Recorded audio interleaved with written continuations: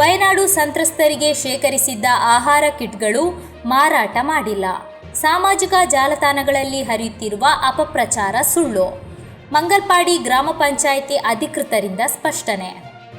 ವಯನಾಡು ಪ್ರಕೃತಿ ವಿಕೋಪಕ್ಕೆ ತುತ್ತಾದ ಸಂತ್ರಸ್ತರಿಗೆ ಹಂಚಲು ಮಂಗಲ್ಪಾಡಿ ಗ್ರಾಮ ಪಂಚಾಯಿತಿ ವತಿಯಿಂದ ಸಂಗ್ರಹಿಸಿದ್ದ ಆಹಾರ ವಸ್ತುಗಳ ಕಿಟ್ ಅನ್ನು ಮಾರಾಟ ಮಾಡಲಾಗಿದೆ ಎಂಬ ವಾರ್ತೆ ಸಾಮಾಜಿಕ ಜಾಲತಾಣಗಳಲ್ಲಿ ಹರಿದಾಡುತ್ತಿದ್ದು, ಈ ವದಂತಿ ಸುಳ್ಳಾಗಿದೆ ಮತ್ತು ಸಂಪೂರ್ಣವಾಗಿ ಆಧಾರರಹಿತವಾಗಿದೆ ಎಂದು ಪಂಚಾಯಿತಿ ಆಡಳಿತ ಸಮಿತಿ ಸ್ಪಷ್ಟನೆ ನೀಡಿದೆ. ನವೆಂಬರ್ 24ರಂದು ಪಂಚಾಯತ್ ಸದಸ್ಯರಾದ ಮಜೀದ್ ಪಚ್ಚಂಬಳ, ಅಬ್ದುಲ್ ರಹಮಾನ್ ನೇತೃತ್ವದ ತಂಡ ವಯನಾಡಿನ ಮೇಪ್ಪಾಡಿಗೆ ತೆರಳಿದ್ದು, ಸಾರ್ವಜನಿಕರಿಂದ ಸಂಗ್ರಹಿಸಿದ್ದ ಆಹಾರ ಸಾಮಗ್ರಿಗಳು ಮತ್ತು ಬಟ್ಟೆ ಬರೆಗಳನ್ನು ಮೇಪ್ಪಾಡಿ ಗ್ರಾಮ ಪಂಚಾಯತ್ ಅಧ್ಯಕ್ಷ ಬಾಬು ಅವರಿಗೆ ಹಸ್ತಾಂತರಿಸಲಾಗಿದೆ ಎಂದು ಮಂಗಲ್ಪಾಡಿ ಗ್ರಾಮ ಪಂಚಾಯಿತಿ ಅಧ್ಯಕ್ಷೆ ರುಬೀನಾ ನೌಫಲ್ ಕುಂಬಳೆಯಲ್ಲಿ ನಡೆಸಿದ ಪತ್ರಿಕಾಗೋಷ್ಠಿಯಲ್ಲಿ ಸ್ಪಷ್ಟನೆ ನೀಡಿದ್ದಾರೆ. ಉಪಾಧ್ಯಕ್ಷೆ ಯೂಸಫ್ ಹೇರೂರು, ಸ್ಥಾಯಿ ಸಮಿತಿ ಅಧ್ಯಕ್ಷ ಇರ್ಫಾನ್ ಇಕ್ಬಾಲ್, ಪಂಚಾಯಿತಿ ಸದಸ್ಯ ಮಜೀದ್ ಪಚ್ಚಂಬಳ ಮೊದಲಾದವರು ಪತ್ರಿಕಾಗೋಷ್ಠಿಯಲ್ಲಿ ಭಾಗವಹಿಸಿದ್ದರು.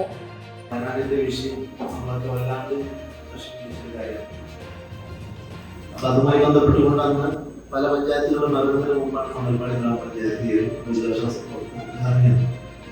അന്ന് പിന്നെ ഈ സാധനങ്ങൾ പഞ്ചായത്തിലേക്ക് ഒരുപാട് ആളുകൾ കൊണ്ടുവന്നു.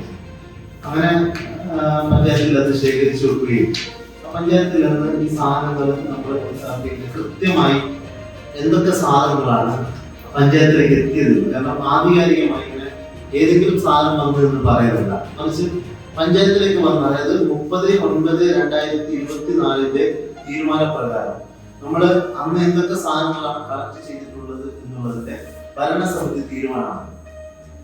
അതായത് അന്നത്തെ ദിവസം ഏതൊക്കെ 26 കിലോയുടെ 2 ചാക്കരി, 30 kg-യുടെ 1 ചാക്കരി, 10 kg-യുടെ 6 ചാക്കരി, അതുപോലെ തന്നെ tooth paste, coconut oil, chilli powder, അതുപോലെ അങ്ങനത്തെ സാധനങ്ങളുണ്ട്.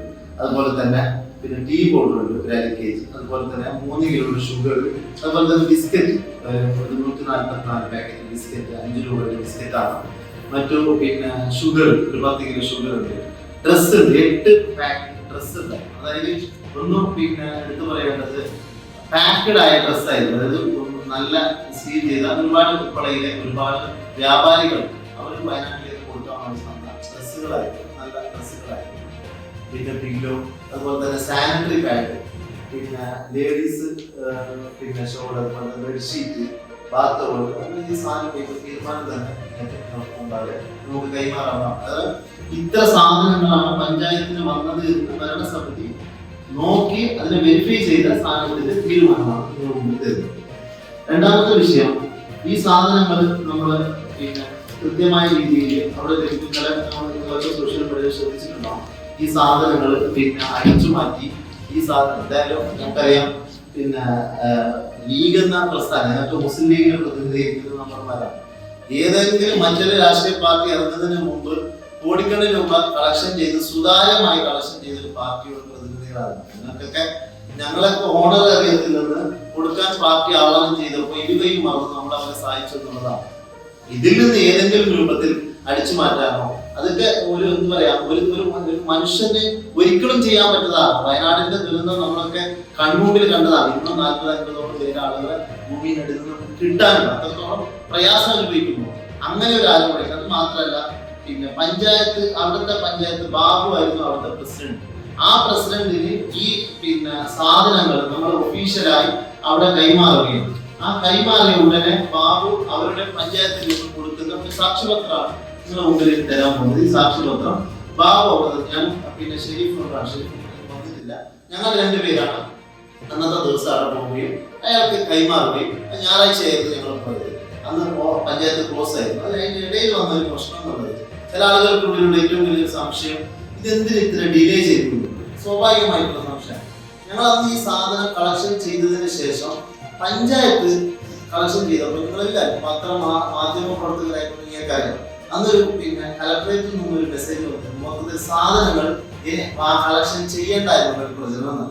സ്വാഭാവികമായി ഞങ്ങൾ അതോടുകൂടി പിന്നെ കളക്ഷൻ നിർത്തി. അതുകൊണ്ട് വന്ന സാധനത്തിൽ കളക്ഷൻ നിർത്തി. പക്ഷെ കളക്ഷൻ നിർത്തിയപ്പോൾ ഈ സാധനങ്ങൾ കളക്ടറേറ്റിലേക്ക് വാങ്ങാൻ പറ്റാതെ, കാരണം കളക്ടറേറ്റ് ഒന്ന് ക്ലോസ് ചെയ്യും, പറ്റാതെ. അങ്ങനെ ഈ സാധനം അവിടെ നിൽക്കുമ്പോൾ ഈ സാധനം എങ്ങനെയെങ്കിലും നമ്മൾ ഈ ഭരണസമിതി തീരുമാനം എടുത്ത ഒഫീഷ്യൽ, കാരണം ഒരു സാധനം വണ്ടിയിൽ കൊണ്ടുപോകുമ്പോൾ സ്വാഭാവികമായും ഏതെങ്കിലും സ്ഥലത്ത് പോലീസ് പിടിച്ചു നിർത്തി എന്ത് സാധനം എന്ന് ചോദിക്കുമ്പോൾ അതിന് കൃത്യമായ ഒരു കണക്ക് വേണം, എന്തൊക്കെ സാധനങ്ങളാണ് ഇതിലുള്ളത്, അതിന് ഉള്ള തീരുമാനം. ഈ തീരുമാനം കൊണ്ട് പിന്നെ ഈ തീരുമാനം എടുത്തപ്പോൾ അത് മാത്രമല്ല, അതിന്റെ ഇടയിലാണ് നമുക്കറിയാം വയനാട് ഇലക്ഷൻ വരും.